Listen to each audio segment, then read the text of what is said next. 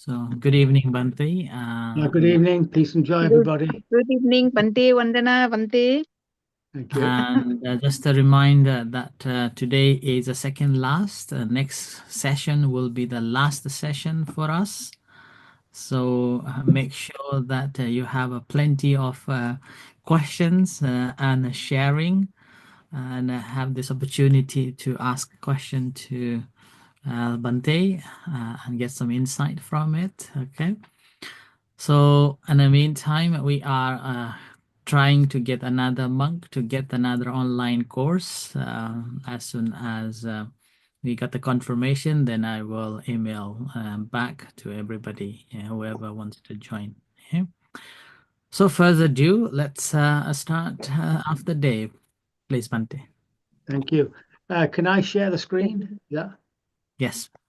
Okay, great. So we'll start again with the refuges and precepts. Oh, just in case. There we are. Can everybody see that? Yeah. Okay.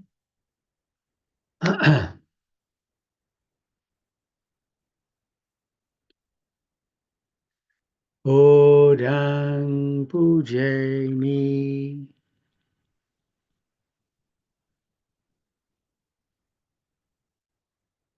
Dhammang Pujami.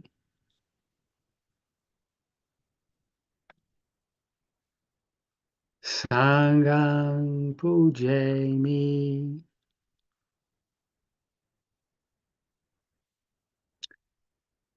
Namo tassa bhagavato arahato samma sambuddhassa. Namo tassa bhagavato arahato samma sambuddhassa. Namo tassa bhagavato arahato samma sambuddhassa. Bodhang saranang gacchami. Dhammang saranang gacchami. Sanghang saranang gacchami. Dutiyampi bodhang saranang gacchami. Dutiyampi dhammang saranang gacchami. Dutiyampi sanghang saranang gacchami. Tatiyampi bodhang saranang gacchami. Tatiyampi dhammang saranang gacchami. Tatiyampi sanghang saranang gacchami. Oh, the 5 training rules. Panati pata veramani sikapadang samadhiyami. Adinadana veramani sikapadang samadhiyami. Kame sumi chachara veramani sikapadang samadhiyami. Musawada veramani sikapadang samadhiyami. Surameraya majjapamadhatana veramani sikapadang samadhiyami. Tisaranena saha panchasilan sadhukang katva appamadena sampadeta. Having taken the refuges and precepts, take the Buddha's last and final words to heart. Strive diligently for your liberation. So we can sit half an hour.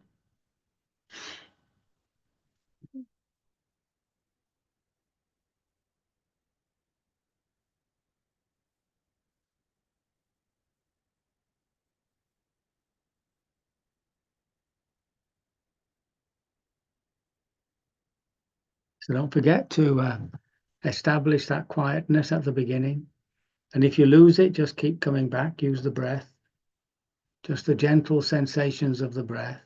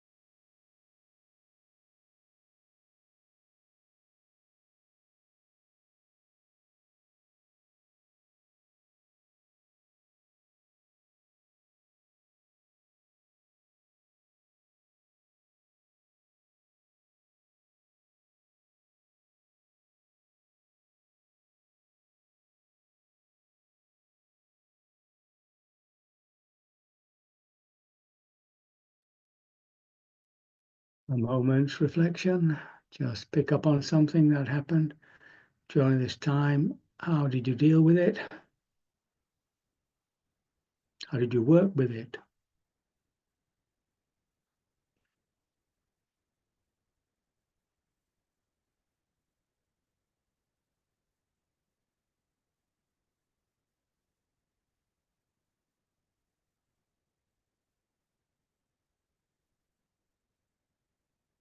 Can you form a resolution around that?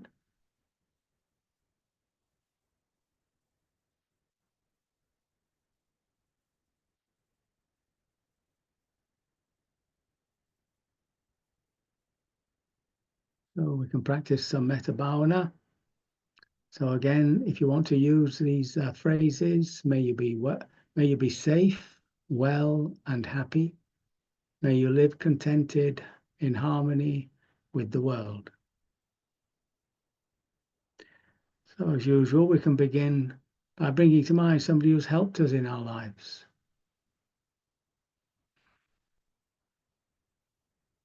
May you be safe, well, and happy. May you live contented in harmony with the world.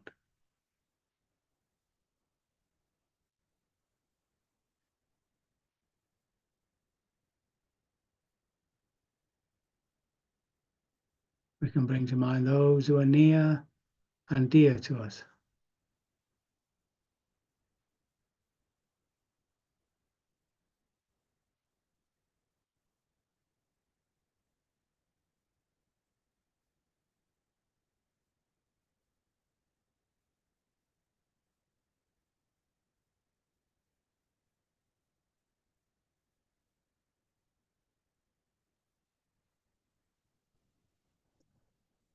Bring to mind friends, people at work, whomever we wish.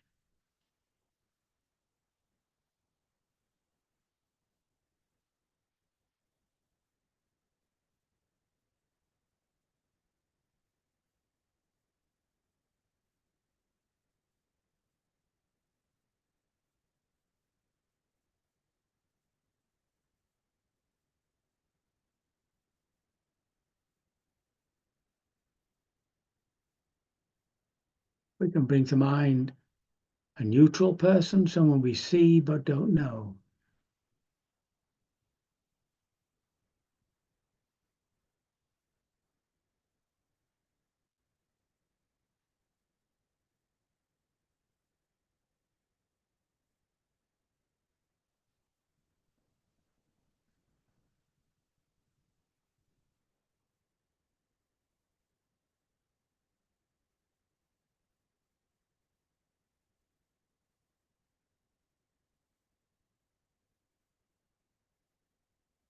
Turning that stream of goodwill, loving kindness towards ourselves.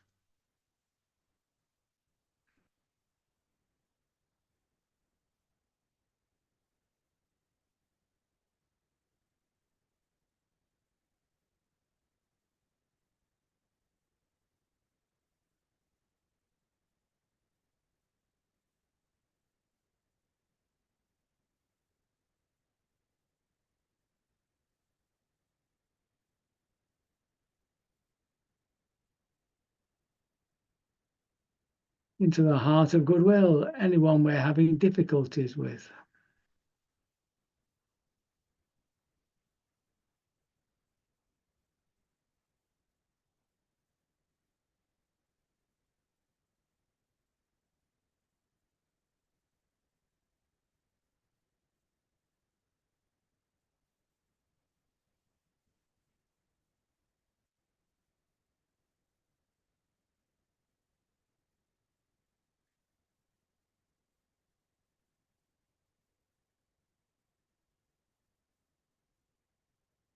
Radiating outwardly, first of all, to each other, our present spiritual companions.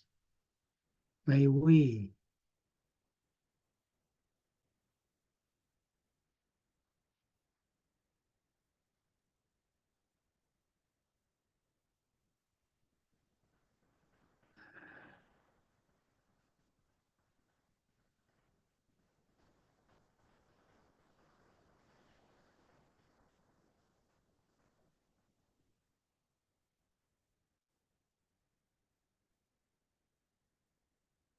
Radiating our metta to our neighbors and neighborhood.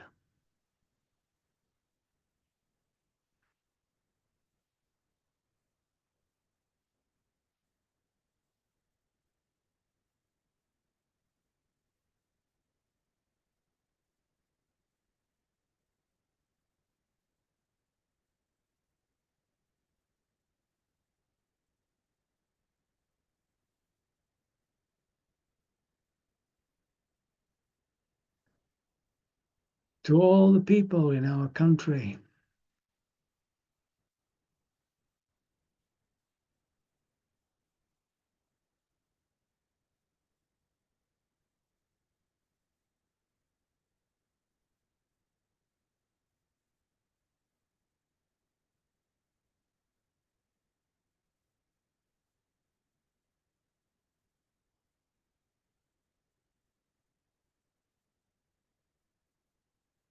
To all the peoples of Europe or the Americas.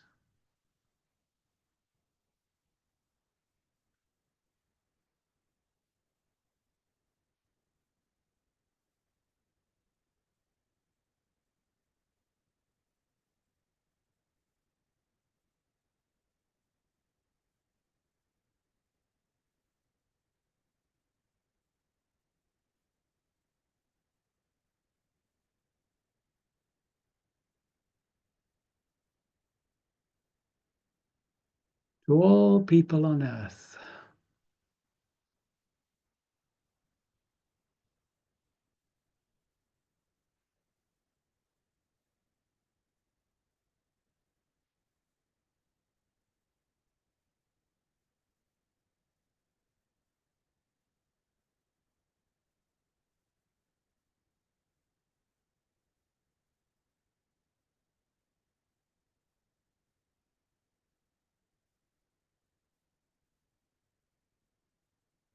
And finally, to all beings in all directions.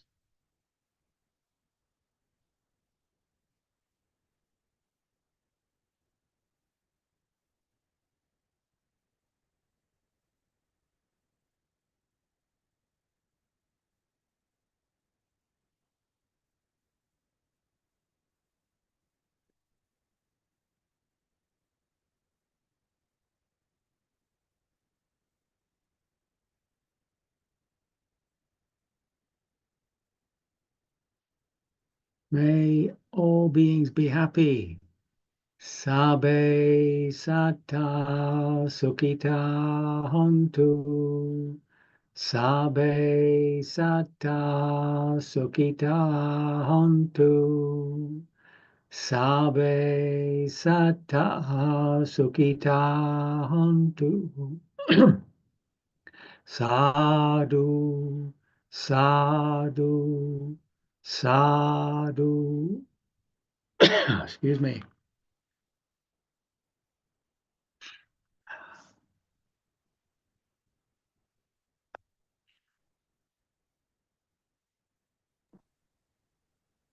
I just want to share another screen with you.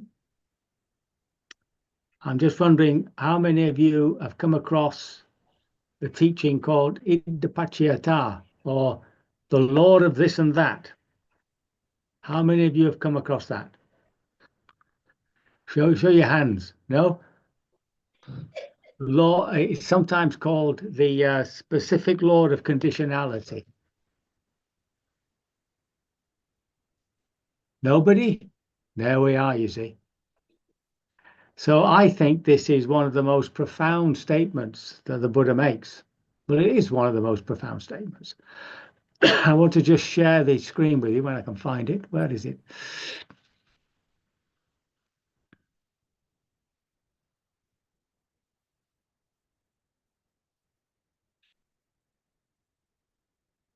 Okay, can you see that?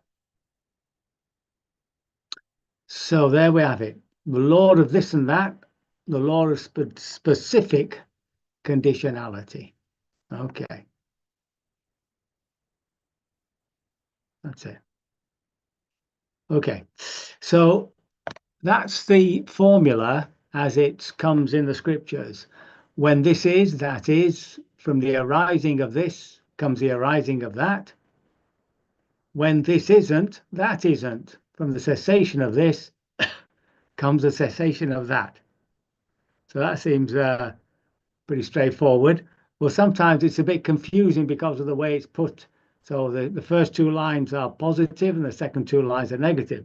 But if we put them together, we'll see that what the Buddha is pointing to are past causes. From the arising of this comes the arising of that. So whatever happened in the past, this is happening now.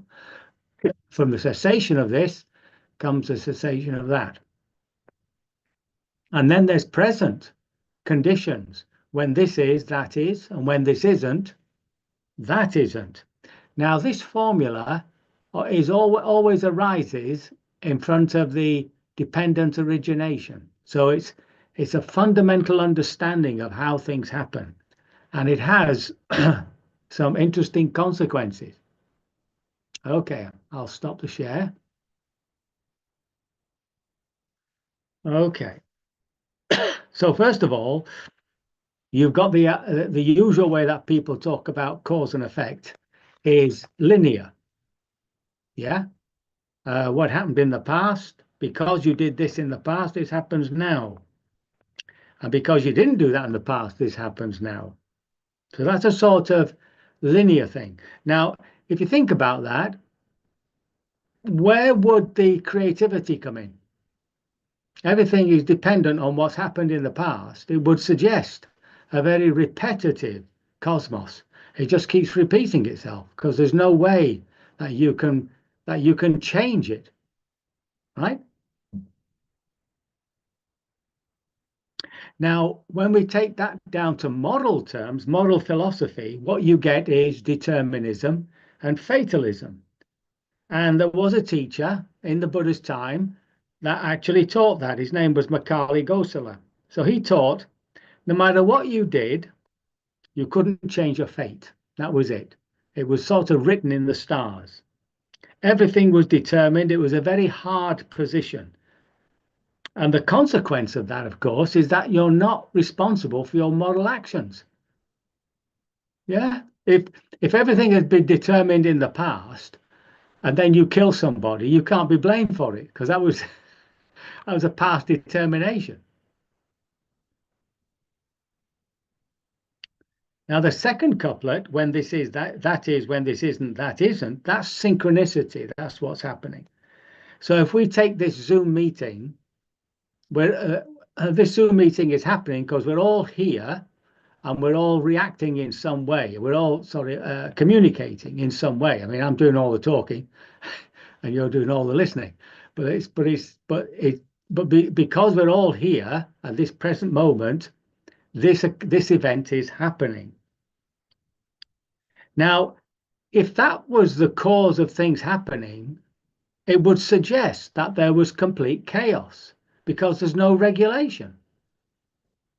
Everything just happens spontaneously. So you get a universe which is just bursting here and there, planets arising, disappearing. There'd be no order in the universe. Now, this was also taught at a moral philosophical level by a man called Purana Kassapa. And he said that whether you did good or bad actions, it made no effect whatsoever. So I'm going to quote what he says. He says, even if one were to go along the right bank of the Ganges, killing and getting others to kill, mutilating and getting others to mutilate, torturing and getting others to torture, there would be no evil from that cause, no coming of evil. Even if one were to go along the left bank of the Ganges, giving and getting others to give, making sacrifices and getting others to make sacrifices, there would be no merit from that cause, no coming of merit. Through generosity, self-control, restraint, and truthful speech, there is no merit from that cause, no coming of merit. So here we have a philosophy whereby no matter what you do, there's not going to be any good or bad consequences. So again, we're moving towards a sort of amoral position where there's no morals at all. It doesn't matter what you do, you're either there won't be any good or bad connected to it. Okay, so we see that these two ways of looking at why something's happened produce certain moral positions. Now, when we put them together, we have a structure coming from the past, and we have immediate, momentary creativity or chaos, which is organized through past events. So that's how the universe works. And the consequence of that is that you don't know what's going to happen next, right? If it was all linear, you'd know. If it was all chaos, you would never know. But when you put them both together, there is an order. There is a way of that things display themselves in an orderly way, but there is that creativity. So if we just take a snapshot of any occasion, past causes and present conditions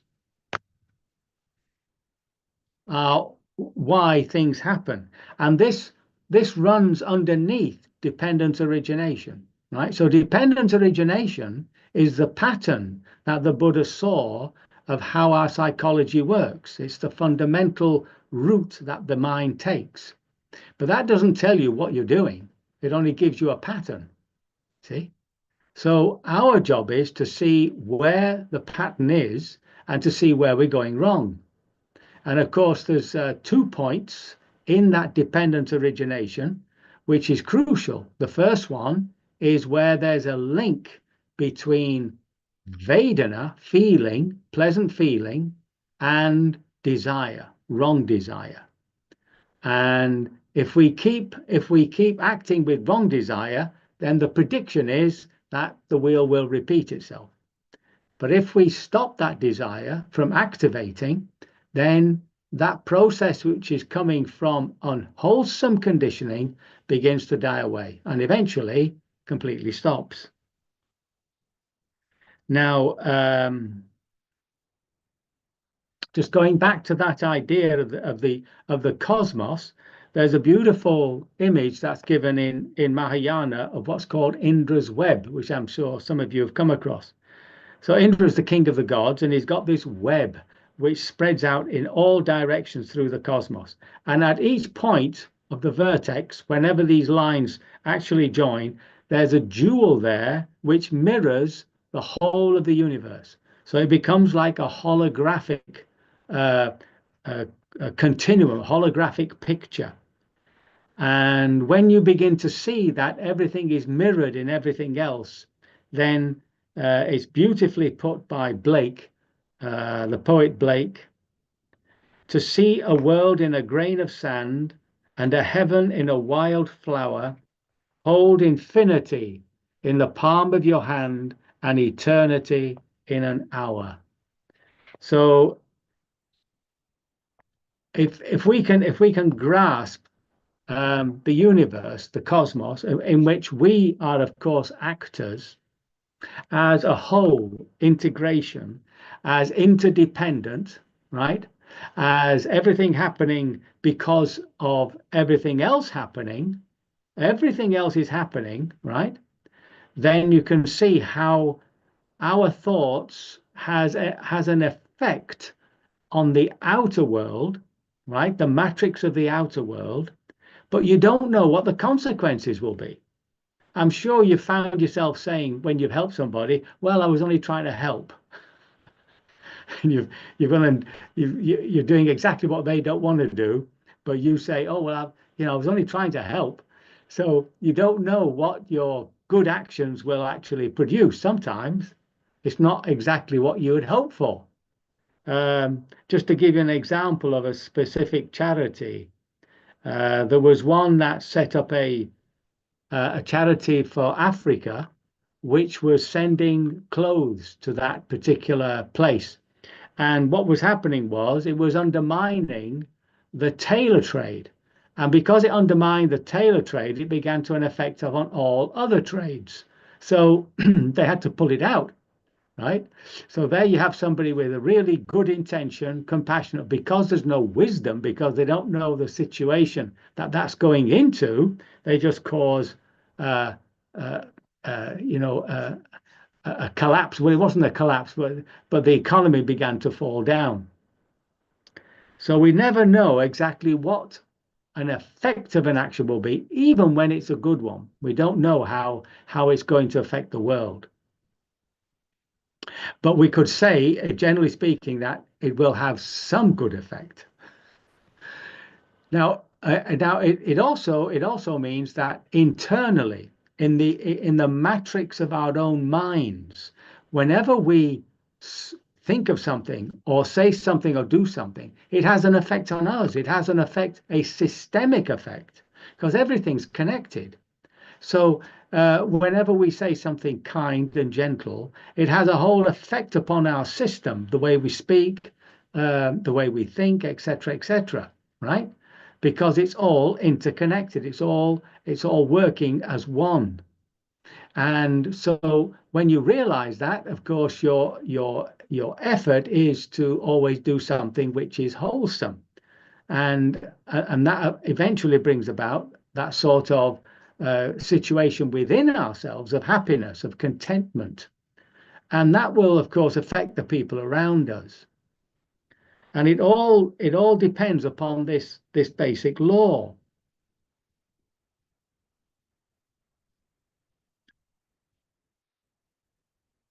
Just as a little aside, some of you will know the theory of chaos in science, where they talk about a little bit of a flap of a butterfly wing in some place with supporting conditions produces a hurricane, right?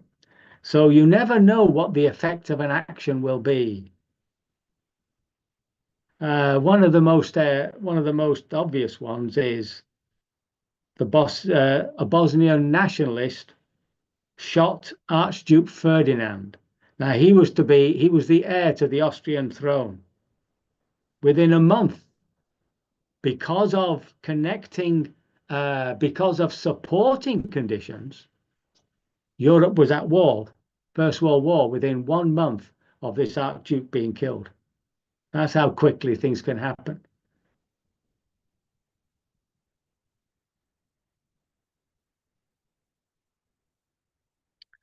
Okay, so first of all, everything is interconnected. Everything is in a process of change, constant relationship change, right? Everything's related, interpenetrating, and we're talking about the self, this sense of a self that I have. It's constantly arising and passing away, dependent upon past causes and present conditions. It's also something that's being manufactured all the time. So you can't talk about a self, you have to talk about selfing, right? It's constantly happening. And that also takes us to the other characteristic of existence, the impermanence of things. Everything is happening because of this motion coming from the past and this meeting of past motions into the present. There is this constant change, right? Now, when you're living a fairly settled life in a peaceful country, it's not so obvious, but you can imagine what it's like in parts of Ukraine or the Sudan, or recently, of course, in the Middle East, when you haven't a clue when the next bomb's going to blow you out of your home. So that idea of being connected and not knowing what will happen next. Now, once we grasp that, when we contemplate that, actually, I haven't a clue what's going to happen tomorrow. I mean, I might die. I mean, that's a sad idea, but I might do. So we don't actually know what we're going to do. And if you really contemplate on the unknowability of what's going to happen in the in the next moment, then you can understand why the Buddha put such emphasis on getting us to contemplate impermanence.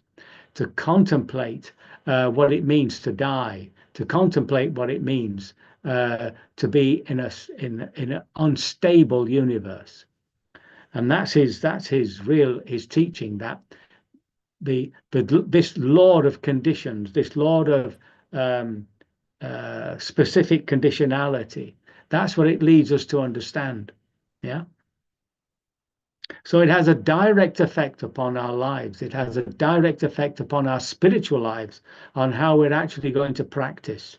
And that is to come right up against the unknowability. We don't know the hour of our death. We don't know when we're going to die. We don't know. We're not certain about anything. And it's trying to hold that position of uncertainty and the anxiety and the fear that it brings, and then to be able to stay at peace with that and allow those sensations to fall away until we find that sense of acceptance with the way things really are. Right? That's the practice. Very good. I can only hope my words have been of some assistance, that they have not caused confusion, and that you will, by your careful investigation of the law of the specific law of conditionality, arrive at that destination of Nibbana sooner rather than later.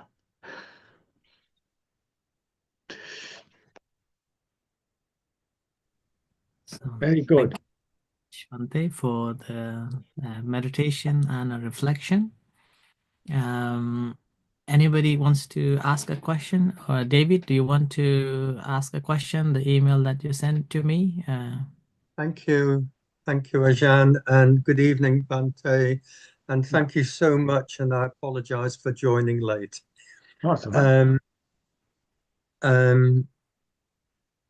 What you were just saying actually connects, I think, to what I wanted to ask about, because you mentioned the Mahayana tradition, and of course, this is why I believe often the study begins with the study on this precious human life. And it's precious because it's so impermanent. And I like to think of it as one way to be born, 100 ways to die. And we don't know when that death will happen. And that's the motivation for practice, to be ready at that point of death, to die with a calm and stable mind. But my question is, last week, and I may have missed this previous weeks, last week you used the phrase, I think in summary, the importance of being with contentment and in harmony with the world. The importance of being with contentment and in harmony with the world. And this morning in another setting, I was involved in a discussion on the difference between happiness and well-being. And I wondered if you would expand a little bit on what you meant in this phrase, being with contentment and in harmony with the world. Well, contentment is one of the virtues that arises with liberation. There's a little discussion that somebody has with the Buddha, and he says, this training you're giving us is very difficult. And he says, yes, he said, but then you achieve Nibbana. And the questioner said, yeah, Nibbana, so what? And he says, well, when you get to Nibbana, you are contented and with it happy. So that contentment is being, well, what's the word? It's being contented with the way things are. This is the way it is. And it's not a resignation. This is the way it is and I can't do anything. Mm-hmm. It's an ability to see that this is the way things are. Now what can I do? Right? But what we're normally doing is we are constantly in conflict with the world. So we don't want this and we do want that and we want this. Mm-hmm. So we're never happy with the situation as it is. We're always trying to get something beyond it. and it's always usually coming from some idea or some past idea or some past aim that we have, which is as it were impinging itself on the present moment, even though the present moment is telling us you can't do that. You see, so we're constantly through this wrong desire in a sense of conflict with the world as it is. When you let go of that and you just accept, well, this is the way it is, with that clarity, you see, then you can see what's possible. And what's possible will probably become probable. See, in harmony with the world is really an extension of that, in the sense that once you see the way things are, and you're not coming from some idea, from some notion of how things ought to be, then you can have a relationship of working with the world, even when it's not such a good place for us. We're finding it as an antagonistic place or an unhappy place. We can work with it, and that's the meaning of that. So contentment and in harmony with the world. It's developing an ease with living, an ease with living. And can I just ask, is it, am I right, it's central to the teaching that to reach that, we must develop a deep understanding of both impermanence and the reality of causes and conditions and interdependence? Yeah, well, it helps. Yeah. I mean, the Buddha's constantly, he has a phrase, to see and understand how things, and it's normally translated to see how things come, to see and understand how things really are. That's how it's normally translated. Mm-hmm. But actually, the more direct translation is to see and understand how things come to be. In other words, Mm-hmm. process. He's always interested in process, how things happen. Yeah. Thank you, Bhante. My pleasure, my joy. I think Dharma has unmuted. So, do you want to say something, Dharma? Or No, thank you. No. okay, no. Very good. Right. Anybody? Anyone wants to ask any question or anything you want to share?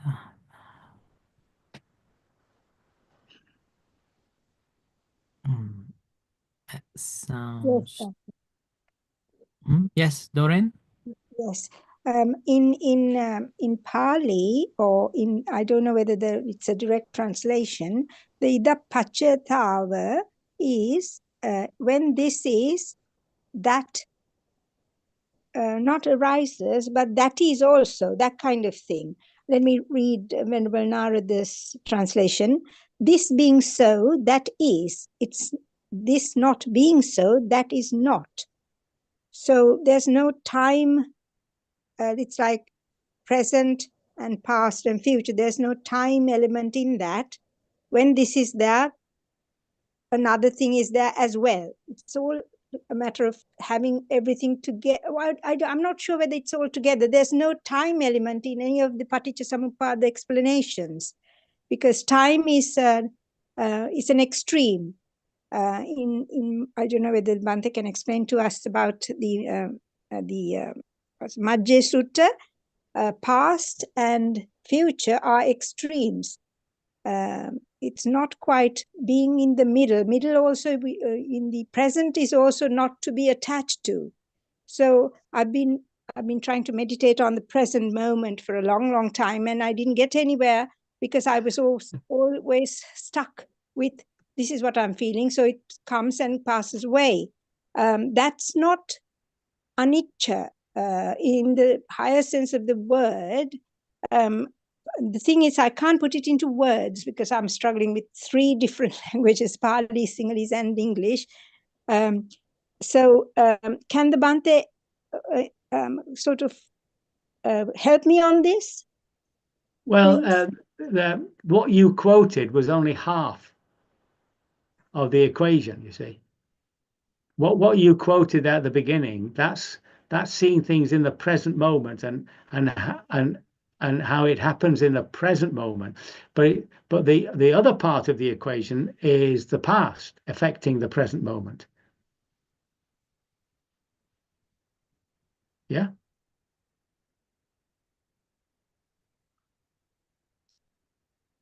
Does that make? Sorry, I was trying to speak with the mute. I was okay. muted. Sorry, I was going to say the past, is that linked to time, like a different birth or different thought process? Well, there's no such thing as time. There's only this present moment.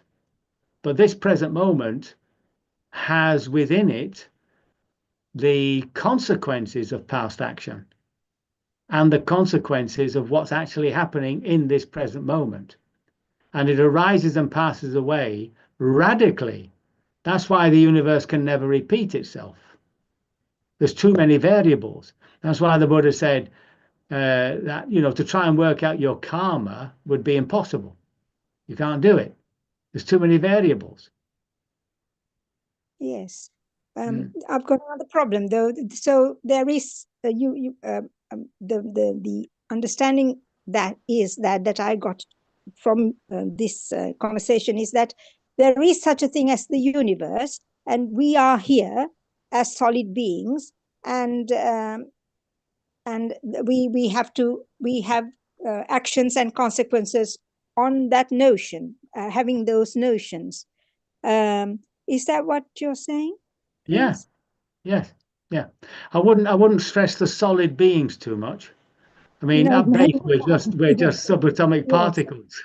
Yes. Well, again, I've got a problem with that. Subatomic particles, we don't seem to end anywhere. Isn't that, it's like, well, there's something there then, whether it's a big solid being or a subatomic particle, something is there. So is that nature? Isn't that? Is that what? Isn't that the opposite of anicca? Well, no, what's there is in a constant state of change. That's the point.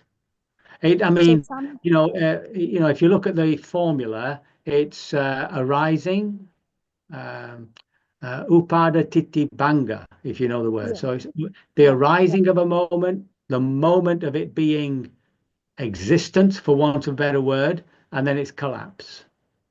And what we're really talking about is consciousness, right? Yes.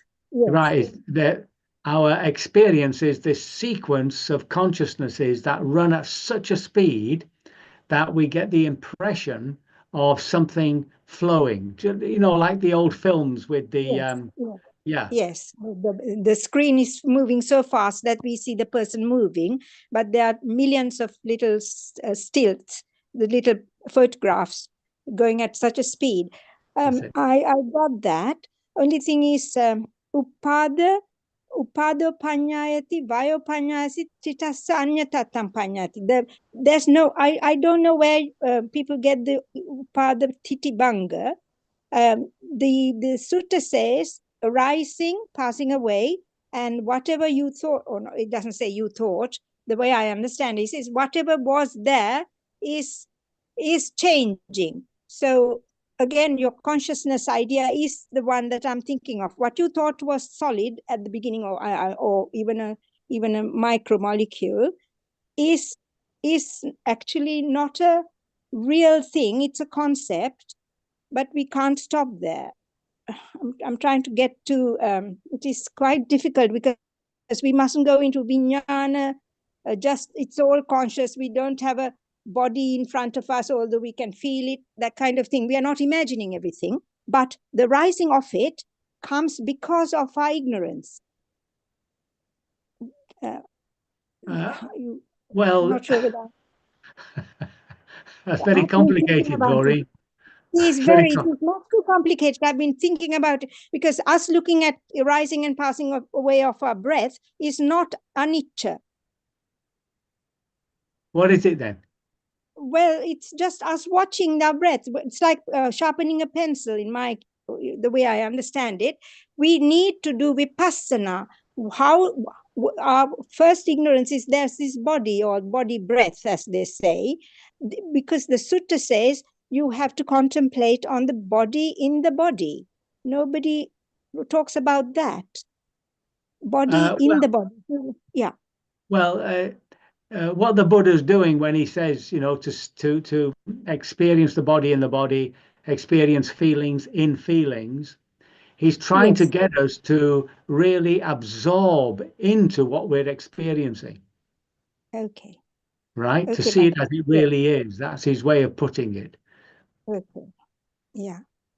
But on that anicca note, yes, everything's arising and passing away momentarily. But there's and nothing has any solidity about it. It's always in process. That's yeah. Yes. The thing is, but everything is whatever it is. I mean, even if it is in a flux, in our minds, there is something that is changing. That is what I'm trying to get at. That's right. Yeah. So that could be consciousness. Yes, consciousness of the five khandhas, of the five aggregates. That's like a screen upon which the information is arising. Our job is to find within our experience something which is not changing. Something which is not changing. Are you referring to Nibbana? That's Nibbana. See, Nibbana is something, inverted commas, not a thing. It's just something that is not changing, is not arising and passing away. Right. So what is it? Well, it's not having anything. That, like, you look for happiness. The best happiness is not wanting anything. So it's a negative thing, isn't it? The Nibbana is not having any. Well, it's not having any wrong desire. It's not having any wrong desire. Yeah. No. I mean, remember, the Buddha is in constant state of Nibbana all the way through the rest of his life. And he's driven by a desire to help people. You call it a desire. Okay. Yeah. Remember, there's two words in Pali. Yeah, there's tanha, which is the unwholesome desire. But then we have the word chanda, which means can be either good or bad. Yes. Yeah, I got that. Yes. Thank you, Bhante. Thank you very much. Thank you.